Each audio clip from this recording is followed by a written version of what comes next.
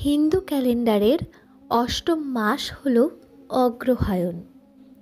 এই মাসের আরেক নাম মার্গশীর্ষ। মৃগশিরা নামক তারা থেকে মার্গশীর্ষ নামটি এসেছে। এটি বছরের প্রথম মাস বলে আগে ধরা হতো। অগ্রহায়ণ শব্দের আবিধানিক অর্থ হল বছরের যে সময় ধান উৎপন্ন হয়। অতীতে এই সময় প্রচুর ধান উৎপাদিত হতো বলেই এই মাসটিকে সর্বপ্রথম মাস হিসেবে ধরা হতো। অগ্র শব্দের অর্থ আগে এবং হায়ন শব্দের অর্থ সাল বা বছর। বাঙালি হিন্দু সমাজের বিশ্বাস অনুযায়ী অগ্রহায়ণ মাস বিবাহের পক্ষে বিশেষ শুভ মাস। পশ্চিমবঙ্গের লোকসমাজে এই অগ্রহায়ণ মাসকে লক্ষ্মী দেবীর মাস হিসেবে মনে করা হয় এবং অন্যান্য অনেক জায়গাতেই, কারণ এই সময়ে নবান্ন উৎসব এবং মা লক্ষ্মীর বিশেষ পূজার আয়োজন করা হয়ে থাকে। আপনারা হয়তো জানেন এই মাসেই প্রত্যেক রবিবারে ইতু পুজো করা হয়, ইতু লক্ষ্মীর পুজো করা হয়ে থাকে। তাই গোটা অগ্রহায়ণ মাস জুড়ে অবশ্যই আপনি আপনার বাড়িতে এই গাছ লাগান, যা মা লক্ষ্মীর খুব প্রিয়। এর ফলে আপনার বাড়ির বাস্তু দোষ দূর হবে এবং অন্যদিকে আপনার গৃহ ধনধান্যে ফুলে উঠবে। তবে চলুন মূল পর্ব শুরু করা যাক। জ্যোতিষশাস্ত্র অনুযায়ী অগ্রহায়ণ মাসে কিছু টোটকা রয়েছে যা খুবই নিষ্ঠা সহযোগে পালন করতে হয় এবং অর্থভাগ্য উন্নত হওয়ার সঙ্গে আপনার জীবনের অন্যান্য ক্ষেত্রেও ফল ভালো হয়। এই অগ্রহায়ণ মাস চলাকালীন আপনার বাড়িতে লাগান একটি তুলসী গাছ। প্রত্যেক দিন সকালবেলায় সেই তুলসী গাছে জল অর্পণ করবেন। তবে মনে রাখবেন, তার আগে আপনি নিজেকে শুদ্ধ করে নেবেন। স্নান করে শুদ্ধ বস্ত্র পরিধান করে মাথায় 3 বার গঙ্গা জল ছিটিয়ে তারপর মাতা তুলসী মন্দির পরিষ্কার করবেন, তুলসী দেবীকে জল অর্পণ করবেন এবং ধূপ দেখাবেন একটি।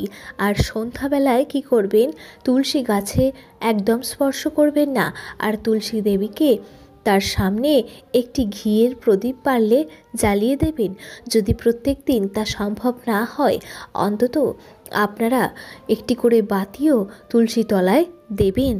এর ফলে শুধু দেবী লক্ষ্মী নন, শ্রী শ্রী নারায়ণও অত্যন্তই খুশি হন এবং এতে সংসারের আরও শ্রীবৃদ্ধি হয়। তবে হ্যাঁ, গাছ এনে আপনি বাড়িতে বসিয়ে দিলেই হবে না, আপনাকে তার সঠিক দিকে লাগাতে হবে।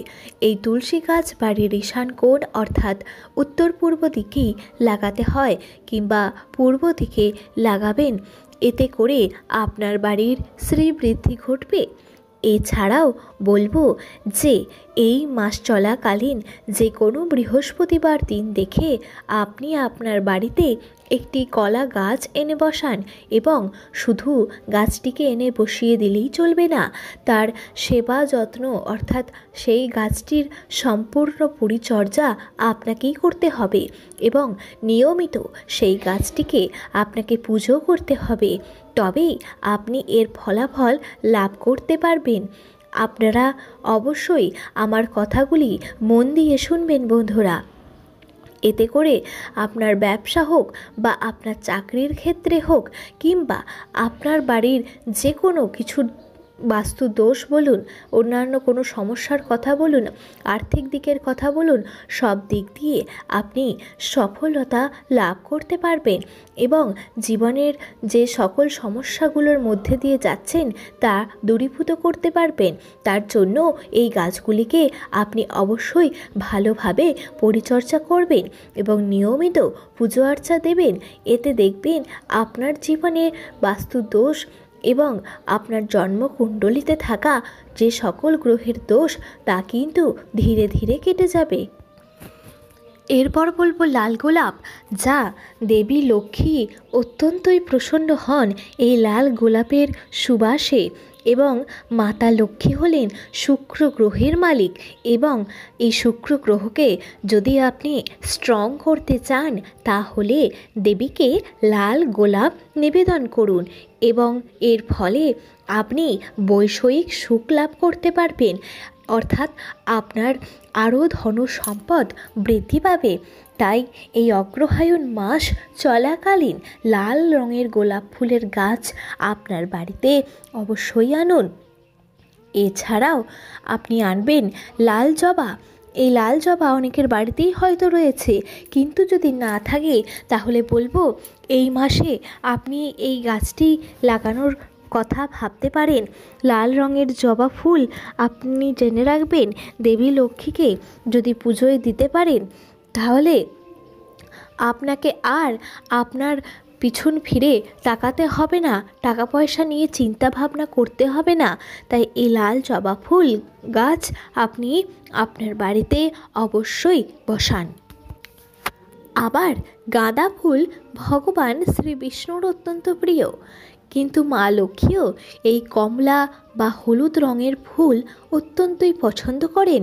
তাই আপনি গাঁদা ফুলের গাছ, যেটা দেখবেন হলুদ রঙেরও হয়ে থাকে, আবার ডিপ একটু কমলা কালারেরও গাঁদা ফুল হয়ে থাকে, তাই এই দুটি গাছই আপনি বাড়িতে এনে বসাতে পারেন। যদি আপনার বাড়িতে জায়গা না থাকে টবের মধ্যে এনে বসান, কিংবা দুটোর মধ্যে যে কোনো একটা রঙের গাছ এনে অন্ততপক্ষে এই মাসে আপনার বাড়িতে লাগান। বন্ধু, আমি আপনাদের জন্যই এই ভিডিওটি তৈরি করেছি। জেনে রাখবেন, এমন অনেক গাছ রয়েছে যেগুলিকে পুজো করে অনেকে অনেক ভালো ফলাফল পেয়েছেন, এবং শুধু তাই নয়, এমন কিছু কিছু গাছ রয়েছে যার কাণ্ড, শিকড়, পাতা, ফুল, ফল সব কিছুই কিন্তু কোনো না কোনো দেবদেবীর পুজোতে লেগে যায়। তবে হ্যাঁ, আবার এমন কিছু গাছের কথাও শাস্ত্রে উল্লেখ রয়েছে যেগুলি কখনোই আমাদের বাড়ির ভিটেতে বা বাড়ির চারপাশে লাগাতে নেই, তাহলে নাকি আরও বেশি নেগেটিভিটি ছড়িয়ে যায় আমাদের বাড়িতে। তা যাই হোক, সেই সম্পর্কেও আমি অন্য কোনো ভিডিওতে আপনাদের সামনে আলোচনা করে দেব। আজ শুধু বললাম যে আপনি আপনার বাড়িতে এই গাছগুলি বসান, যা মা লক্ষ্মীর অতি প্রিয় গাছ, যেগুলি মা লক্ষ্মীকে আকর্ষিত করবে আপনার গৃহে আসার জন্য। আর মা লক্ষ্মী আপনার গৃহে প্রবেশ করলে অবশ্যই তাকে ধরে রাখার চেষ্টা করুন, তার আশীর্বাদে আপনি ধনী হয়ে যাবেন, আর আপনাকে এই দুঃখ, জ্বালা, যন্ত্রণা, অর্থনৈতিক অবনতির মধ্যে দিয়ে যেতে হবে না। আপনি আর্থিক দিক দিয়ে সুখ ভোগ করতে পারবেন, নিজেদের চাহিদা মতো সব জিনিস কেনাকাটি করতে পারবেন। আজকের ভিডিওটি এই পর্যন্তই।